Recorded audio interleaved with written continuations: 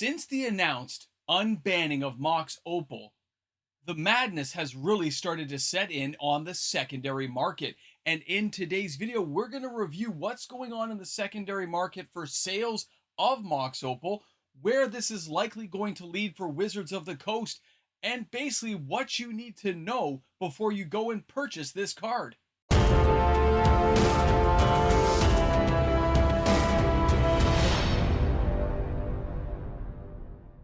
December 16th, 2024, it's a really big deal.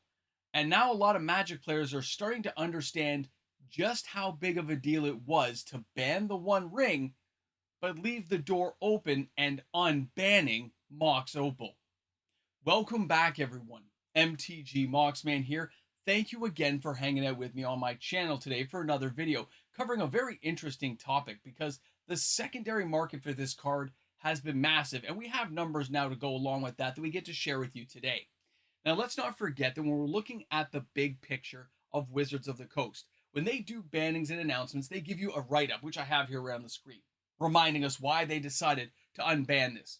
Now, they're going to say back here in 2020 when they banned it, it was banned in 2020 because of the Carrick Clan Ironworks combo. They give a few little excerpts and stuff, right? But it says at the bottom, our expectations are the reintroduction of Mox Opal will give rise to several interesting artifact strategies, both new and old, adding power to strong decks. And so we believe Mox Opal being unbanned is not going to be a bad thing. And they, make a comment, we've given you ways of dealing with it, like Meltdown. But what they've done is they've added a massive market player chip of value back into Modern. They have gone from a card you need one of to a card you need four of. This reintroduction isn't landing exactly, I think, the way players thought it would, maybe a few of them, but it is landing the way Wizards of the Coast expected, and we've got to cover that. Now, when you think about Mox Opal, when we think about the card, we've got to remember it's been around for a while. Great card. A lot of players bought it back in Scars. We had a good time. A lot of power levels grew, though, because of the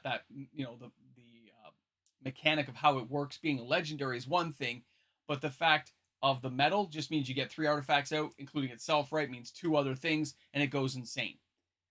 Because of that, having it in your opening hand and having a few cards to synergize with it is going to keep the pace still really quick in Modern. It's going to make it a very powerful card, of course. Wizards is saying not too powerful, but depending on how you're building the deck, and the fact we have things like Brothers War that have been introduced since then, and all the new crazy artifacts, I think there's a lot more that's going to happen than players realize, because since that, well, hold on, before I get that far into it, let's take a look at this, because I want to drop back for a second and look at the sales.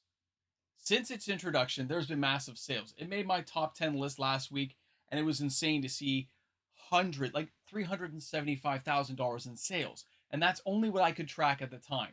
So we've had a couple of weeks go by. Things have slowed down. The Christmas season has ended.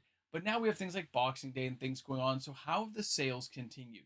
How have things shaped up for players? Has the market calmed down? Has the card prices now adjusted to a stable level? Or are things still totally insane? Well, let's take a look at that. Guys, let's start with this first one. If we take a look at the first image, which is the Scar Mirrodin's version Mox Opal, okay? You can see the spike that happens on December 16th, and it's carried over. You see a little spike, a little bump, and it's going across now.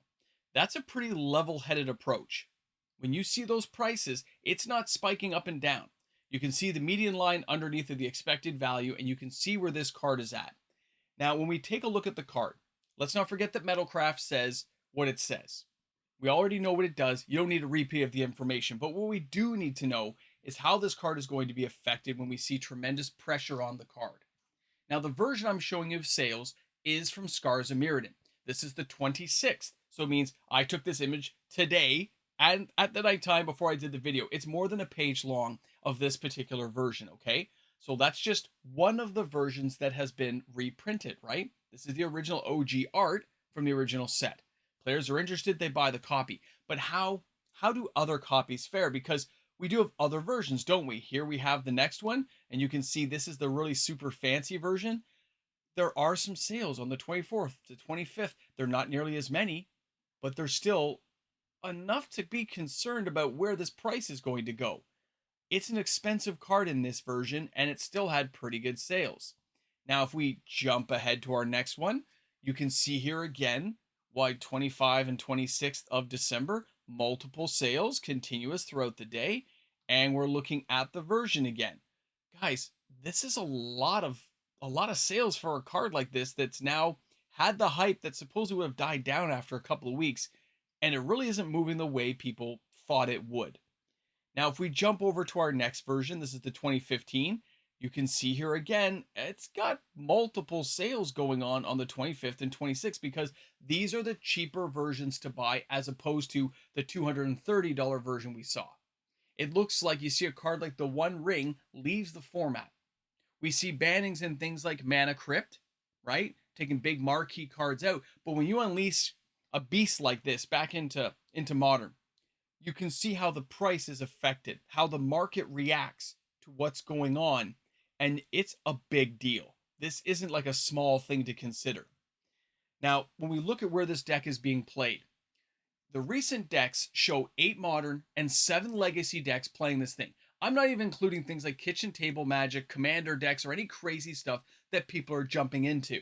Now, if you took the time to add all the numbers up that I just shared with you, you would find out it's averaging 20 to 25 sales per day.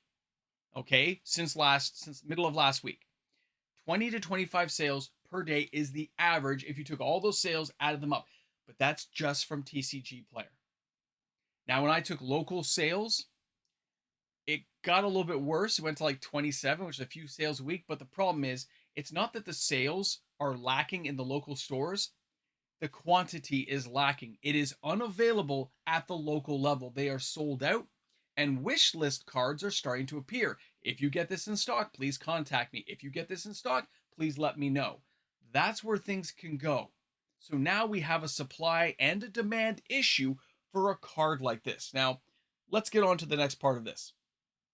Now, looking at those sales, that is not FOMO. That is now just interest in the card. Most players are well aware that a card like this is likely to get reprinted sooner rather than later. Wizards of the Coast would like the opportunity to cash in on the equity that they have just released into the market. Now, of course, the secondary market is making a lot of money right now. It is building interest and hype into this card. They want it to be successful. They want it to work well. They want the synergy of this card to go off well. Because if it does, it fuels the need for this card. It fuels the anticipation of another round of sales should this card come around again in a sealed product format. It makes perfect sense from a marketing standpoint, a logistics standpoint, as well as the market response to a card like this going forward. It depends on the price point, of course, but there will be an interest in this card being released back into the market at a slightly lower price, and of course affecting the secondary market price of all the cards that are already out there. Remember, every time a reprint is announced, there's always a slight dip in that product price. But Wizards of the Coast has really kind of tampered down this beast by making sure this card is not overprinted. It is put into premium products only, so remember, a slight dip is not a market drop. It is just, oh, it got reprinted. So keep that in mind if you're ever thinking about it. Now, is the meta game for Standard going to shift? Are we going to have the rise of artifact decks, affinity decks coming back again? Are you going to see things, really aggressive aggro decks coming back using the card to get things going super hype fast? We don't really know how that's all going to play out. We have to wait until some major tournaments happen. We've talked about this in the past about a few other cards that got banned and unbanned. You have to wait to see what the masters of their craft do in Modern, and then see how the rest of the market follows suit with the FOMO effect after these kind of decks can win a tournament. It's going to take a while. But what are the future implications of sets like this with cards like this attached to them? Is there going to be enough of a draw to make players want to dive into this market and buy the cards and get interested in what's going on? Or are they going to sit on the sidelines? We can't really forget that there's always a big picture to what Wizards of the Coast will do with products, with individual cards. They didn't go into this blind. They didn't go in saying we're just banning the One Ring because of the One Ring. We always have to take a slightly cynical side to what Wizards of the Coast has done. because all of a sudden they've unbanned a card that a lot of players are going to welcome back into the format. It offers some new opportunities, some new chances, which Wizards of the Coast is not wrong when they made those comments about how it would be accepted and how it might give the rise to affinity decks or a new constructed format play using artifacts. But I think they are a little bit disingenuous when they tell you, oh, it's just because. It's not. They have some big cards banned right now. They got to release some cannon fodder back into the market. And now that they've done so, and they see the market response, and it's a solid response. It doesn't matter if you like it or hate it. It is what it is. The market's not lying to you when those sales appear in every conceivable way, from your local LGS, eBay, Card Kingdom, Card Market, Card wherever. It's happened. And the sales are still rocking an average of between 20 to 30 sales. Okay? 20 to 27 really, but I'm going to go as high as 30 because some weeks were a lot higher and some weeks were a little bit lower. If the cards were even 10, 20 bucks cheaper and available in LGS, they'd already be sold out. I know my quantity I had is all gone. I don't have it anymore. I took the chance on that market, and I'm glad that I sold into it because I kept a couple of play sets, and the rest of my market is gone right now. I think we're going to see a strong market for the foreseeable future.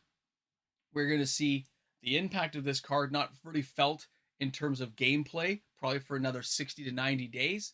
And then we're going to have to wait about a year for Wizards of the Coast to reprint this in a premium product. I hope I'm wrong. I hope it comes back sooner, right? I hope it actually shows up just to show that the whole point has been made that Wizards of the Coast did this for a particular reason. But I don't think I'm going to get that lucky. I think I'm going to have to sit back and wait for it. I mean, the impact on what's happened is massive. The synergy and how it affects other cards is also being felt. I mean, I could go back right now and show you that Mox Amber, you can go take a look yourself though, but Mox Amber has gone up $3 this month alone. Okay, because it fits with Metalcraft. It fits into what you're trying to do.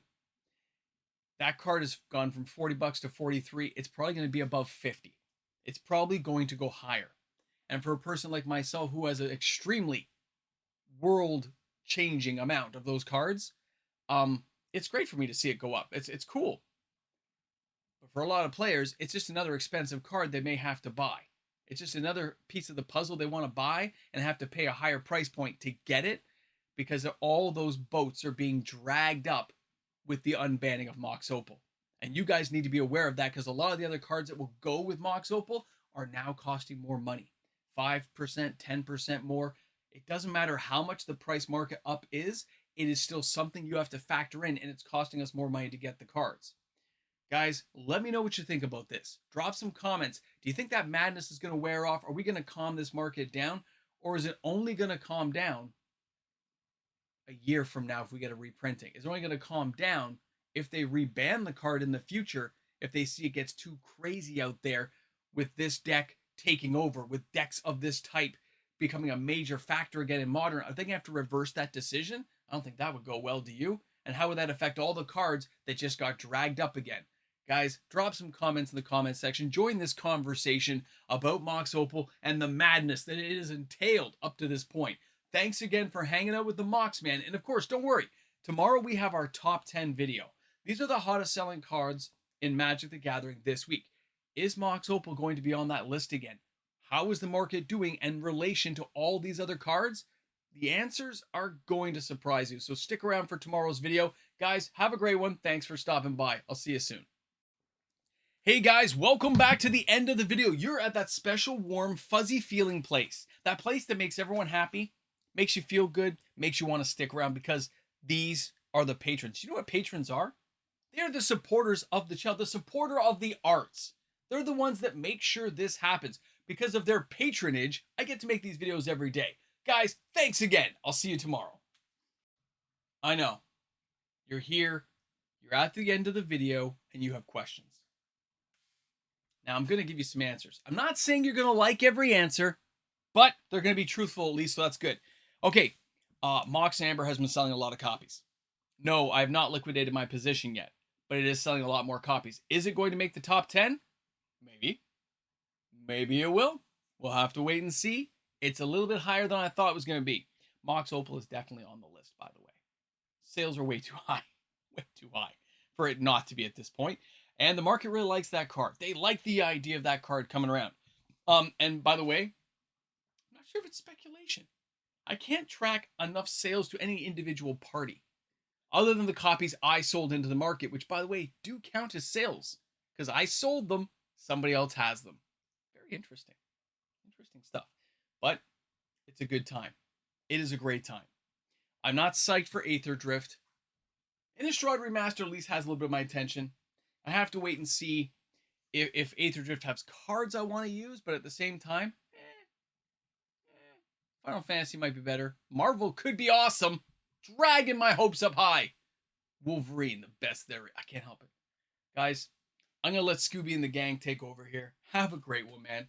And by the way, since we're at the end of this video, let's see here. I don't know. This video's going to be a little bit longer probably, but if you take a look at the last 4 or 5 videos, how do you guys feel those videos are going? I don't care about the views. How do you like the presentation of those videos? You can either put that in my Discord comments, email, wherever you feel it's appropriate. I'd be interested to know. Okay? Thanks again, guys. Have a great day today. Man, we're almost at a new year, huh? 2025. Could be crazy. But it's always crazy. It's Magic. It's such a great game. Oh. I know. I got my you probably saw I got my raging. Oh! Yeah. I know, bad place to do ramble jamble stuff. I got my Raging River for my anti-creature attack deck. So I'm starting to get some more of the cards together. It kind of throws me off my pace for what I want to do with Arabian Night stuff, but you got to have fun where you find it. It was a great price. Couldn't help myself. Guys, thanks again. Raging River. Yeah, such a great